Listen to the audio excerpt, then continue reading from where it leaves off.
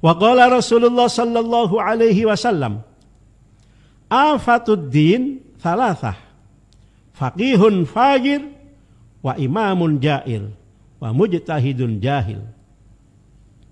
Afatud dini, utawi bahayane agama, iku salah satun ana telu. Agama ini manfaatnya besar, tapi agama ini punya bahaya yang besar. 3 jumlahnya. Faqihun fajir. Faqihun rupane wong kang alim fikih, wong sing paham agama. Fajirun kang lacut. Lacut ini sama dengan jahat. Wa imamun lan imam, pemimpin. Jairun kang melempeng. Melempeng ini juga sama, yang zalim, yang jahat. Wa mujtahidun dan mujtahid. Jahilun kang bodoh. Bahaya agama ada 3. 1, orang yang pandai ilmu fikih, pandai agama, tetapi malah tidak bisa dipercaya. Karena apa? Karena jahat. Dia mengutamakan kepentingan hawa nafsunya tanpa memperhatikan hukum yang ia kuasai.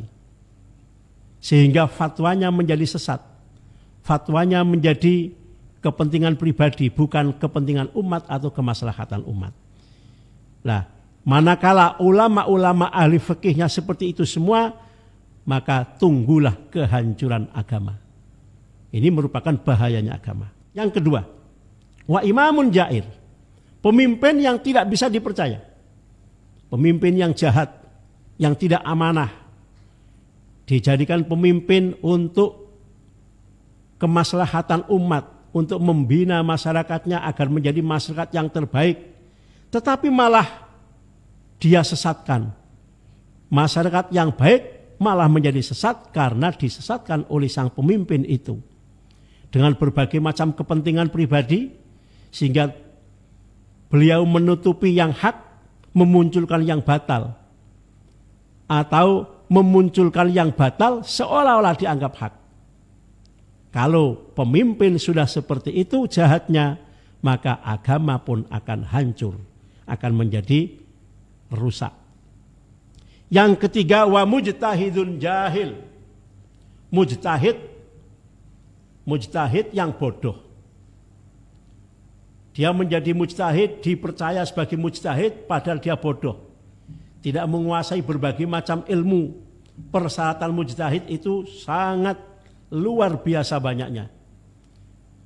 Hampir-hampir ulama-ulama di zaman sekarang ini tidak pernah ada yang mengaku menjadi mujtahid. Walaupun ukuran mujtahid itu mestinya tiap-tiap 100 tahun harus muncul mujtahid.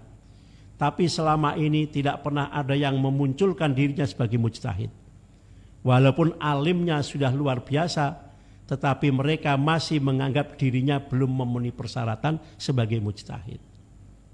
Karena itu, kalau di kalangan ulama-ulama Nahdlatul Ulama sangat memperhatikan kajian-kajian ini didasari dengan kitab-kitab yang muktabar. Tidak pernah ada ulama yang berpikir untuk berijtihad karena menganggap dirinya belum sempurna untuk berijtihad.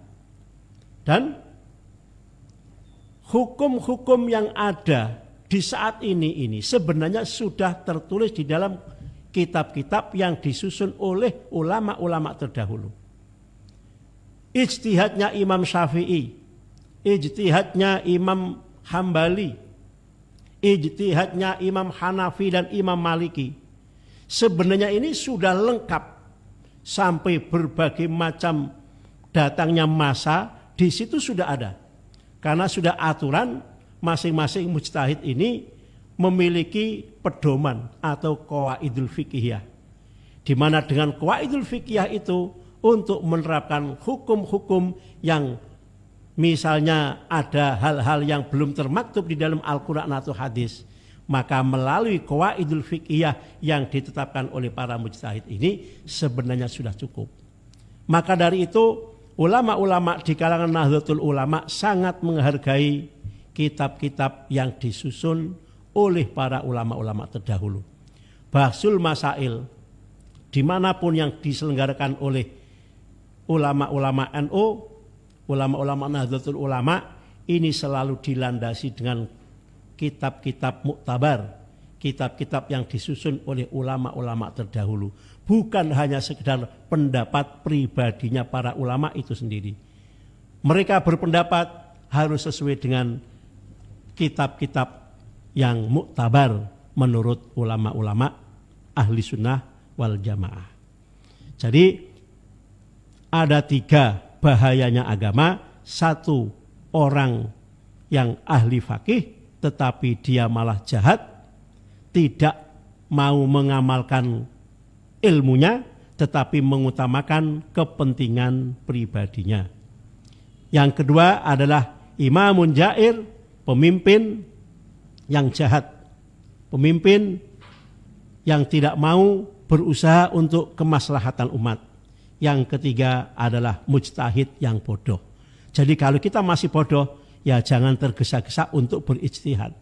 Karena ijtihad ini harus benar alim alamah, menguasai berbagai macam fan ilmu. Tidak hanya sekedar hafal hadis 3, kemudian kita menjadi mujtahid. Tidak hanya sekedar menguasai kitab 1 kitab, kemudian kita menjadi mujtahid. Ini tidak boleh. Kalau itu dipaksakan, maka agama yang akan hancur di kemudian harinya. Rawang riwayatake ing hadis sapa Ad-Dailami, Imam Dailami, ani Ibnu Abbas, saking sahabat Ibnu Abbas radhiyallahu anhu.